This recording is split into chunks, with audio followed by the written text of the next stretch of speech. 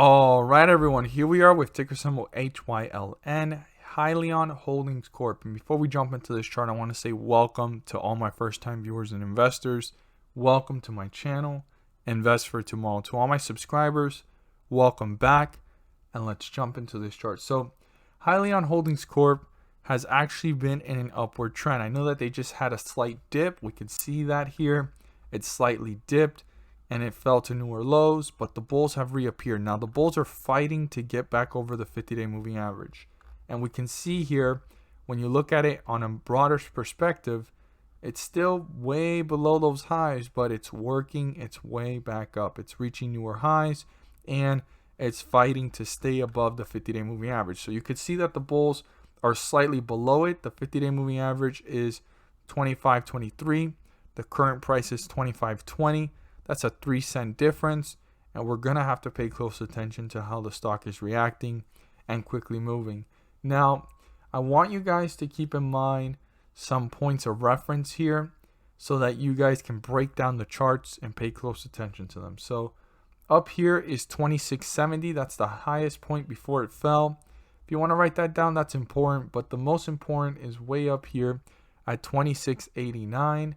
So that the bulls can reach newer highs and new resistance levels. So those are two main points of the spectrum of the higher end of resistance levels to hit newer highs.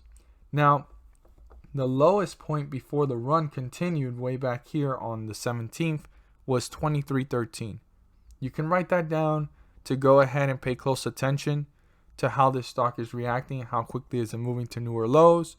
But in the near term, we have here 2410 as one of our most important support levels to keep in mind in how this is reacting. This is the lowest point reached after this bullish run. So you got 2410 here and then down here at the 2313 mark to keep that in mind, to go ahead and see how the stock is reacting in between those areas.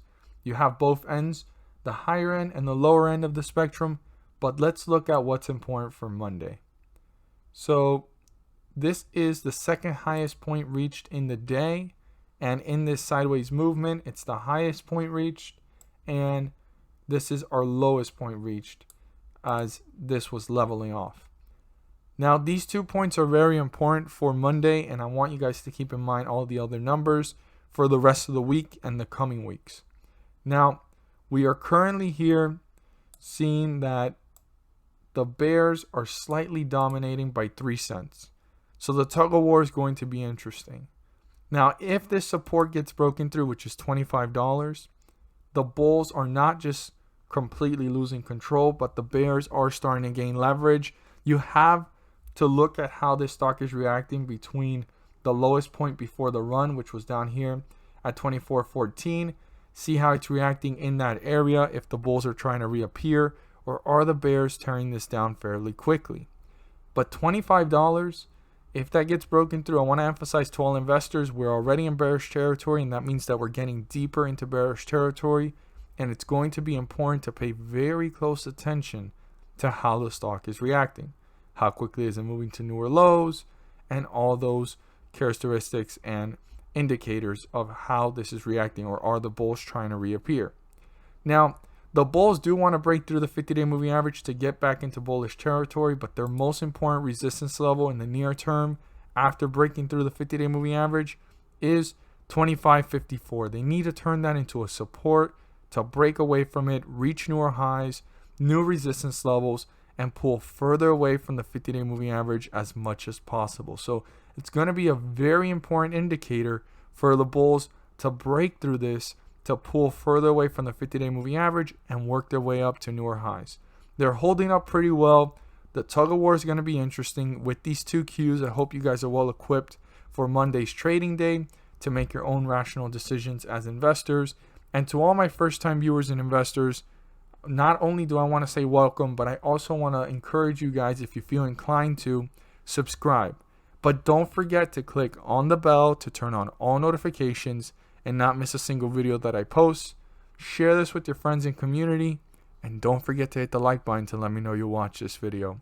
Thank you guys so much for watching, and let's make some money.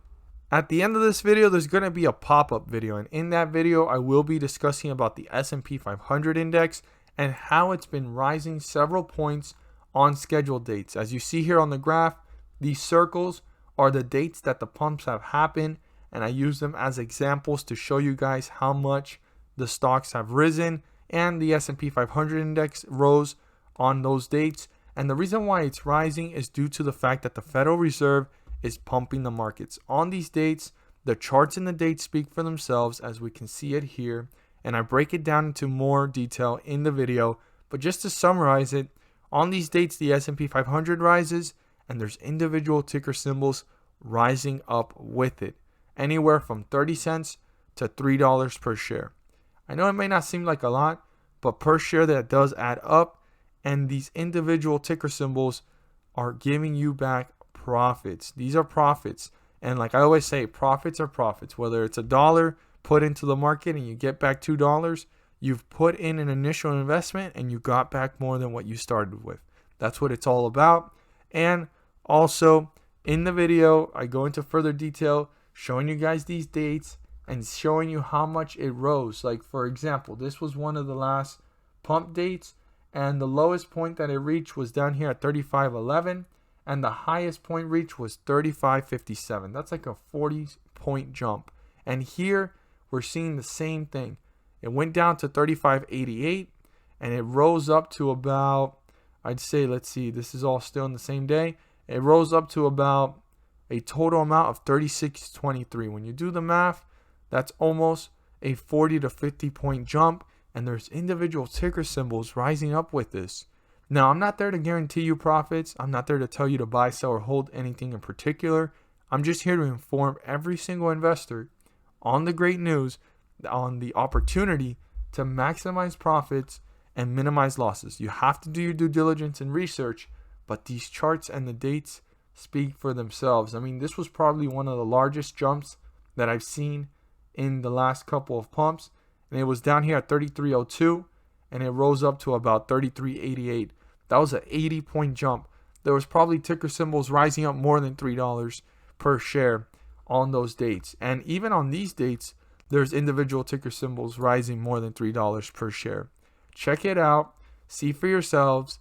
And my best advice is look for ticker symbols that may be resembling the behavior of the S&P 500 index, and you'll be able to go ahead and give it a shot. Check it out. Again, I'm not there to tell you to buy, sell, or hold anything in particular. I'm not there to guarantee you profits. I'm just here to go ahead and share the information along with every single viewer and investor. The video should be popping up soon. If you haven't seen it already, pop up. There is the link down below in the description. Thank you guys so much for watching, and let's make some money.